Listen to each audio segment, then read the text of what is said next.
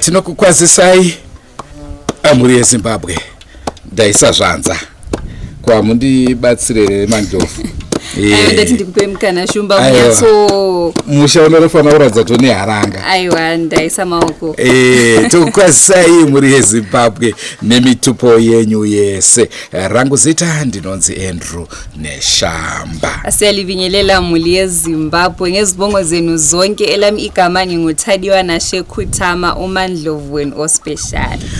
Asekuvimbisa kwatakaita kapaya takakudza kuti toda kuenda kuGuruve. Tinonzwa nhau iri kutaurika, nhau iriko kuti ndechokwadere kana kuti vanhu vari kungocreata tunyaya tusina musoro. Nyaya yekuti pasi pegumbo, pasi petsoka yemunhu pakaonekwa mufananidzo wemunhu. Mushure mekunge baba vakuwadzwa kana kuti vabayiwa nemunzwa.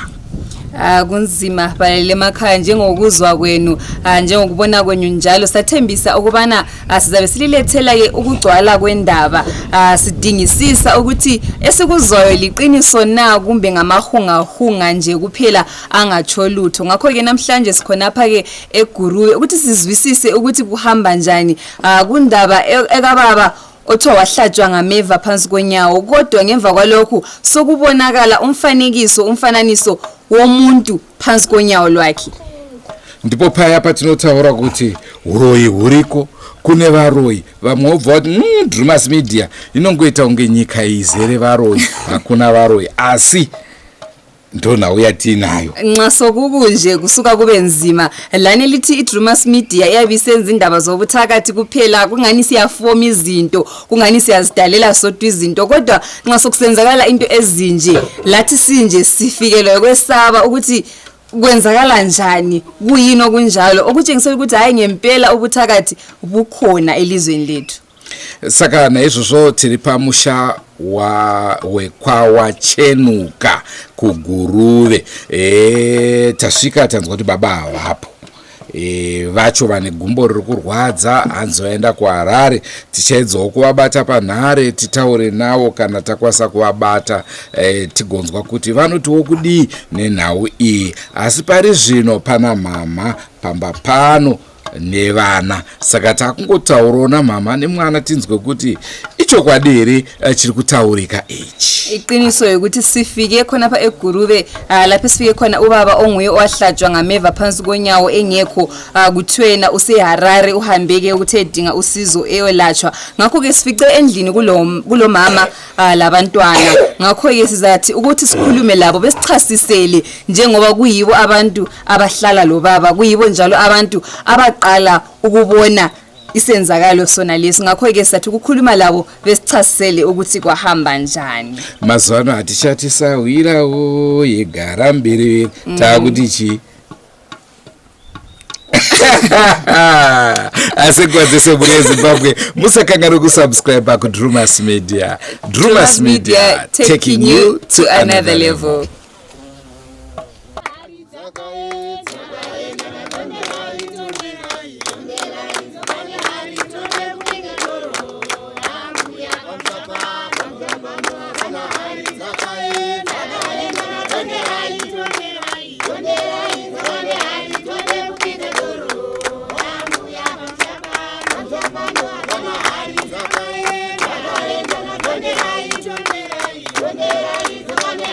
Hari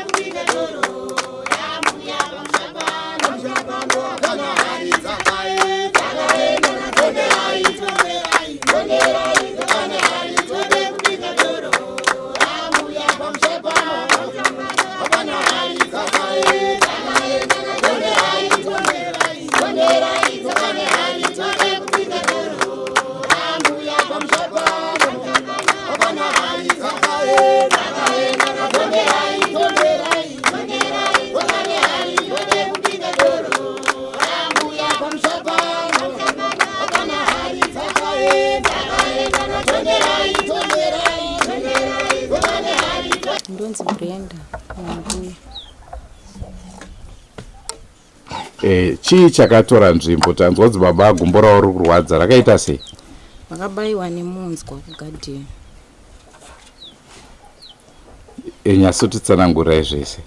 Vakaenda kugadheni, wasvika pamusuwo pegadheni ndipo vakabayiwa, ndipo watobvisa munzwa uyo kati ndabayiwa.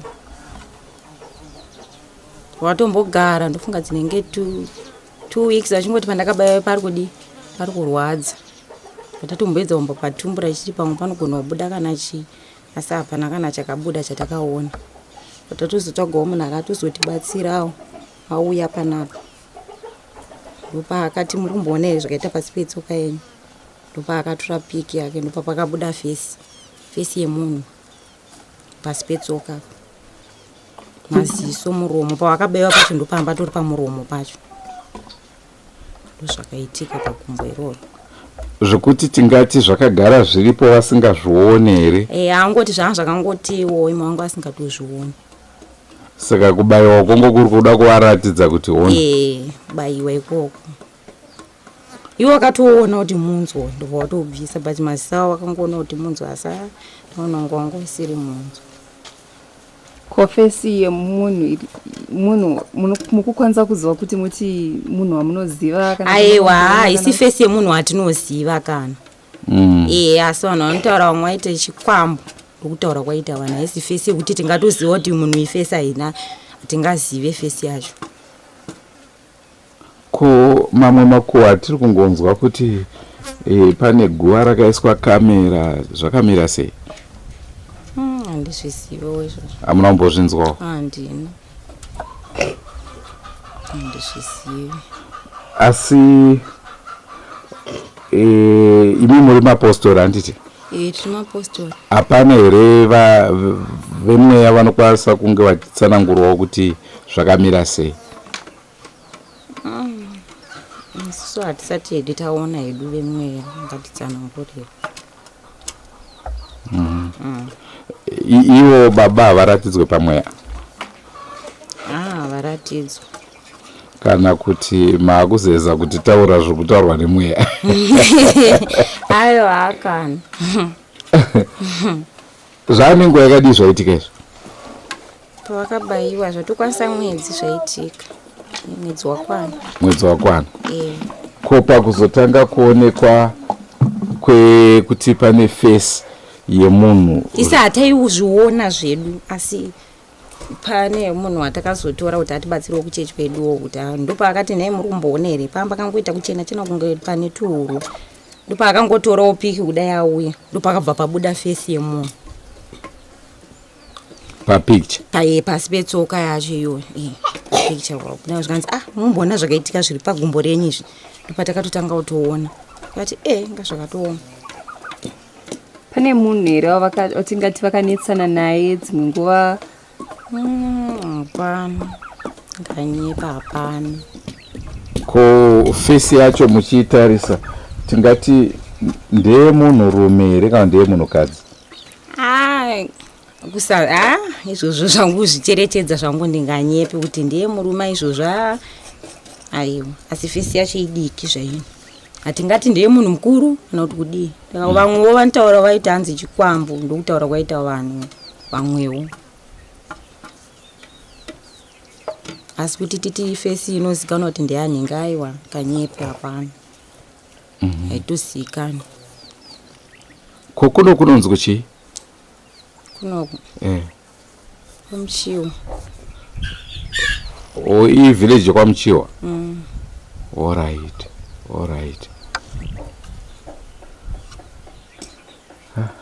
Zvakaoma. Saka kuenda kwavaita kuHarare tingati vari kunorapwa here gumbo ravo? Vanorapwa. Alright. Cheche chinokutenderai kuenda kuchipatara here? Kuchipatara isatienda. Alright. Saka vaendawo kune vamwe vanobatsirawo vamwewo ikoko. Oho.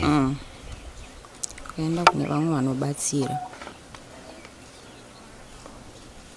Asi tichidzoka pakubayiwa kwavakaitwa, tingati gumbo ravo riri kuvarwadza stereke kuti kungorwadzawo izvi zvakurwadzawo kumarwadzo ekubayiwa kwavakachinja chaasina kumira mushe chakavabaya chacho anga angomarwadza azve airanga raanani. Oho. Ranga vasanyanya kurwadziwa. Ranga risanyanya kurwadza. Asi chimufananidzo chingoripo. Chimufananidzo hapasisina izvi nezvi. Hachichaoneke. Chakangooneka panguva yacho yavakauya yacho nayo ndo pachakaoneka. Hachichaoneke chimufananidzo. Pasisina angosarawo marwadza asi azvine zvirabhorana. Oho.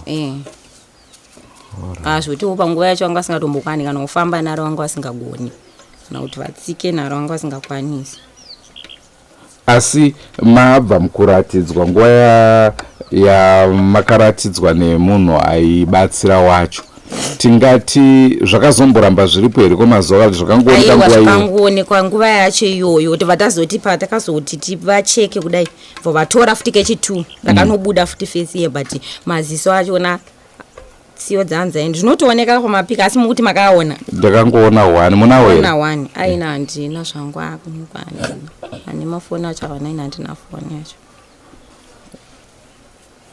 Ndakazotora rimwe racho rechi2 rachona rakanobudo kazitsiyo kacho kari nechepadenga zvakasiyana nerekutanga anga rachinja kanga kwira kumusoro tutsiyo twa kumusoro kusviguno zvichireva kuti kwanga kwakupera chacha kunobva kunobviswa ipapo ndoshanda kwaona chakwanga kutobva kwacheni.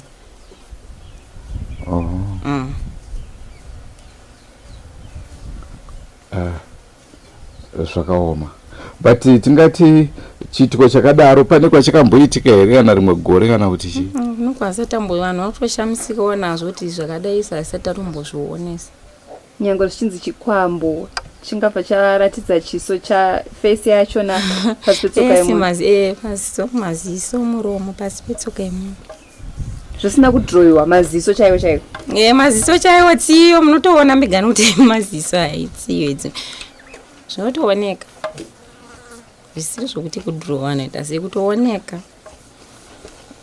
Asi kana wangoti akubayiwa neminzwa tati pamwe mupangara unogona kunge unodhonza vamwe vandombonza vamwe vanoti vanobayiwa neminzwa vanotombotora nguva vasingasi zvakazoitika izvi zvatakazoonawo fesi yemunhu yatakazongotyaonayo.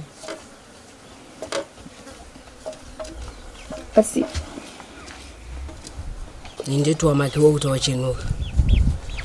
Maona ndakaita pagumbo rapabo wangu vakaenda kugadheni pamusoro pegadheni vabayiwa neminzwa pakudaro mvavaningirira vambogara zvemazuva vachiti gumbo ravo ridzika.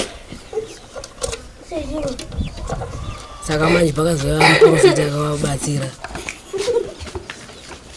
akavabatsira achiti vavaningirira vabatsira vatanga vasati vadibatsira vatora tanga kuti vapike pagumbo ravo vabuda chikwambo ese munhu chikwambo chacho chachitori nemaziso kuti ngiri muromo uripo mhino ndo chanje chironda chachengeri mhino chironda ndengeri mhino muromo uri pazasi ngiri chisitsino ndo chanje chirebvu ngiri pasi petsoka ipapo pakazotowa rechitora chivatushura chironda cheche zvakavhuza ningirina zvachinja zvaenda pati guno padenga chiningiri murumazi muromo wanga usisipo ngova ningirina ambosara tsiyo nemaziso chete zvanga zvavepo.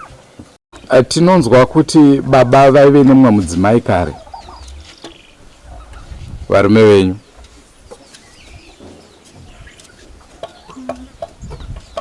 Vanga vasina mumwe mudzimai wanga wakaroora here kare? Akaenda ngaripo.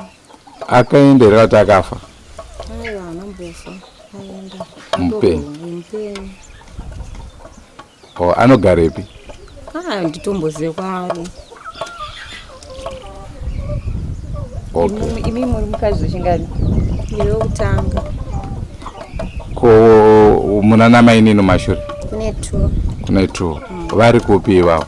Ndo vakaenda kuHarare nababa. Vakaenda vese? Alright. Kana tagona kuvabata tozongonotaura navo vese ikoko. Ini ndinoitwa Bonazi Chirava. Ndinogara muvhireji romamusapurwa muGuruve Ward 7. Iyi nhau yakaitika mubhuku kwawachenuka. Mukomana uyu anoti murume anonzi akabayiwa nemunzwa, abayiwa nemunzwa.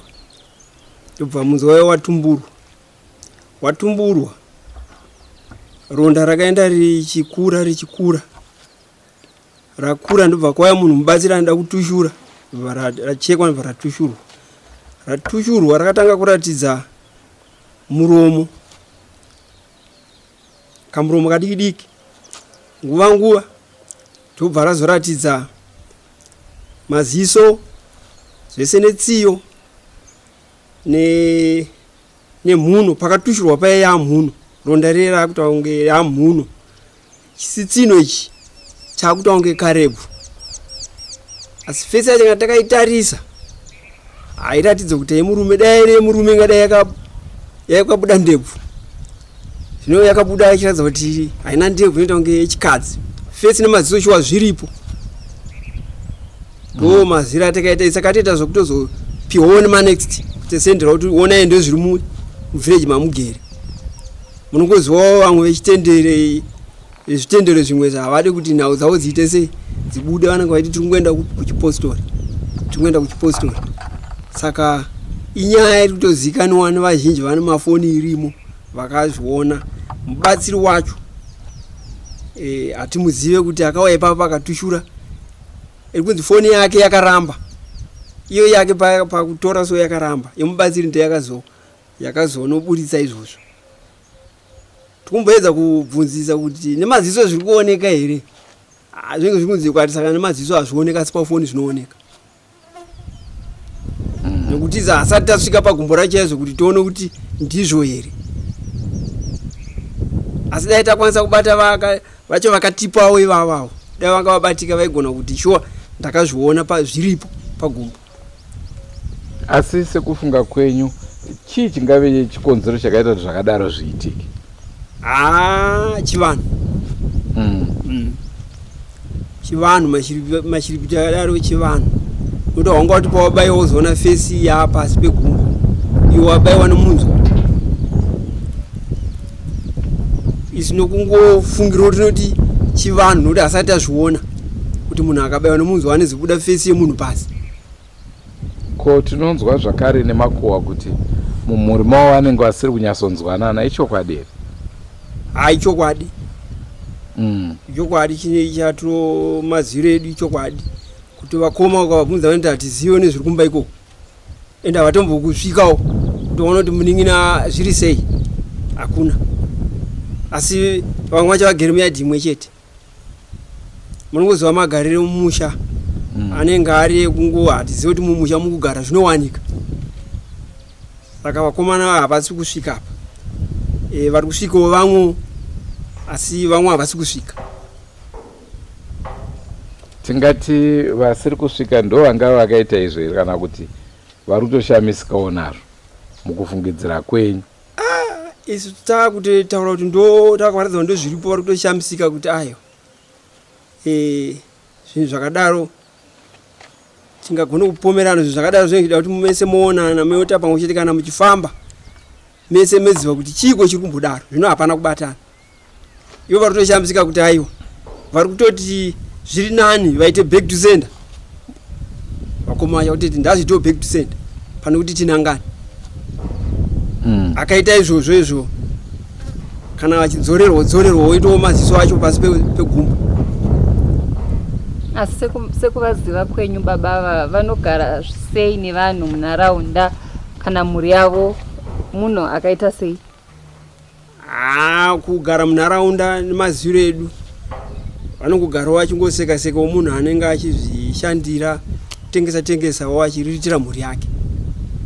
Indoitawo no wachenuka what 7 sabhuku wachenuka tichibatira tiri sewadi tiri kunyangavi asi sekungochinjawo kutingoitawo sekugarawo mhuri yedu yakawandira kunyangavi asi takazongouyawo kugarawo bhuku ratiri tichibatirawo tiri what 7 kudaro. Zvandangotaura kuti setsoka sekunzwisa kuda kuitawo sevatitsikawo vabva matimana. Kune bamunini muning'ina wamudhara vanoitwa Elijah wachenuka kune zvikuitikawo zvatiri kuonawo nemeso sipa zvakaitikawo chokwadiwo tanzisipo asi sekuona semafotos kune tsoka semubatsira akauya nozobatsira wechikadzi akabvawo kuBeris achiuya achibatsirawo sabamunini patsokawo sekuona kwatiri kuita nemaziso tisiri pamweya tiri kuona sefesi yemunhu asi fesi yemunhu haisi kuratidza kuti fesi muridzi wayo chaiwa tingafanira kuti kana kuti ndianhingi kana kuti mufemiri medu haisi kunatsa kuoneka iri kungooneka sefesi asi fesi iri kuratidza semunhu wechisikana kana kuti womudzimai ndo maradziro airi kuita saka iri kuratidzawo maziso tsiyo muromo pane muromo ndo pane mhuno ndo pari kuratidza kuti pane chironda paziso pane muromo ndo pari kuratidza pari kubuda ropa kana muchiona sevidhio rachisi kudaro sefotos racho ndo mabudira zviri kungoita semaonera atakaitawo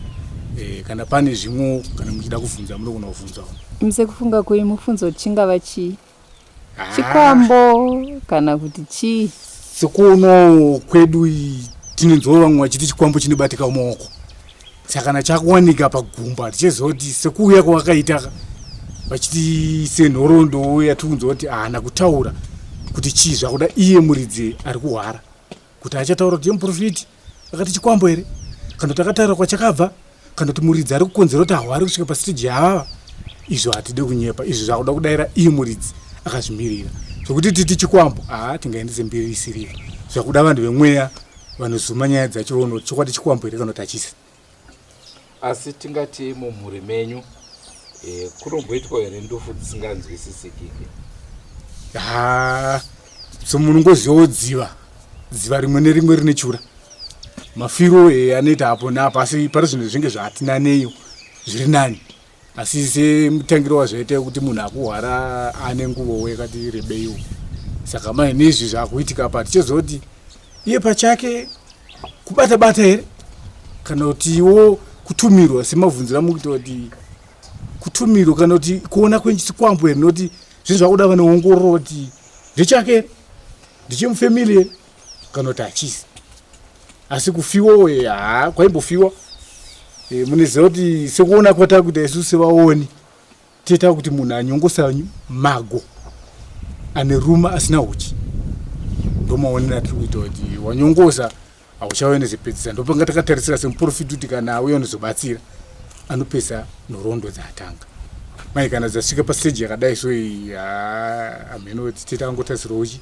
sekusvika kwamaitawo imimi kuti senhoroondo sekuziva kuti muchatibatsirawo svikachi kusvika pamuda ndonosvika ko tiri kunzwa nemakuhwa kunzi pane kamera iri kumakuva chichi mamboinzwawo nyaya yakadaro kamera yakafana ne haveranzi kune kamera here yakaiswa kumakuva neimwe yehama dzenyu pane hama yakashayika pakazoniswa kamera nekuda kwekufungidzirana uro ikoko kuti dzimwe nguva ndonyepa zvekamera ndotozinzawo imba muri kutaura kuti makuva haasi kurefu ari pachena chena saka kuti tikamera masauro edu ndiwaya aripo pagiraundi saka kuti titi kamera ndeunyepa ndicho chirongwa chatakupai mhuri yeZimbabwe.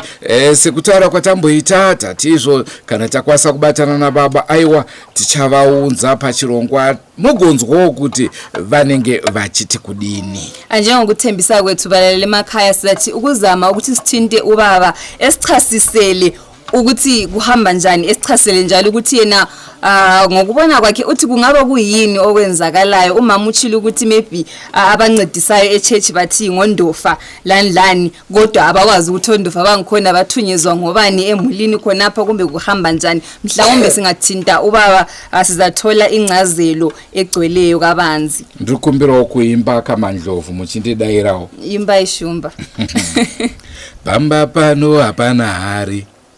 Dzakaenda natonderai. Asati ndachimaster chigame chacho asati ndachimaster chigame chacho mundiregera. Ongo muri yeZimbabwe ndicho chirongwa chatangati nacho. Ngatisanganei mune zvimwe zvirongwa pari zvino takubva munzvimbo ino yeGuruve takadzokera guta reHarare. Iloke uhlelo ade siliphathelelo nabalalele emakhaya sesivalelisa okwamanje sizahlangana njalo kwezinye inhlelo ezilandelayo lisale. Sengwadzese, don't forget to subscribe to Drewmas Media. Drewmas Media, taking you to another level. Goodbye, my friends. Goodbye, my friends. Wakamboonana, tichazoonana nerimwe zuva, hama dzangu. Goodbye, my friends. Goodbye, my friends. Wakamboonana, tichazoonana nerimwe zuva, hama dzangu. Ini ndokwenda kubasa kwangu. Iwe makiwe mkaranga.